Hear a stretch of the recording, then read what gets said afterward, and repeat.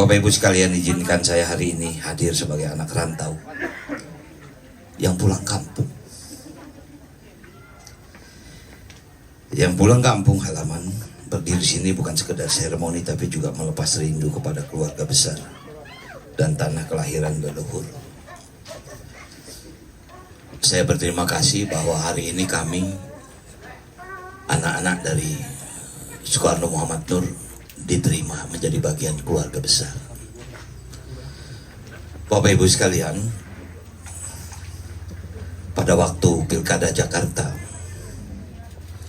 awalnya saya diwajibkan untuk menyatakan saya orang Betawi.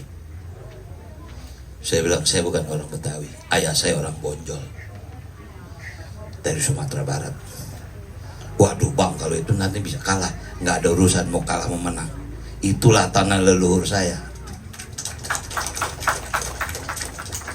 Alhamdulillah terbukti malah lebih kuat.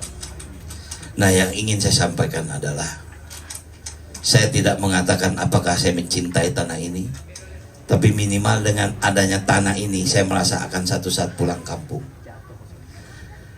Kalau setiap hari raya saya nggak pernah pulang kampung karena memang saya nggak punya kampung. Kampung saya di Jakarta. Untung saya punya istri orang Solo, jadi kadang-kadang juga kalau lebaran pulang kampung juga ke Solo. Nah sekarang kan menjadi nambah.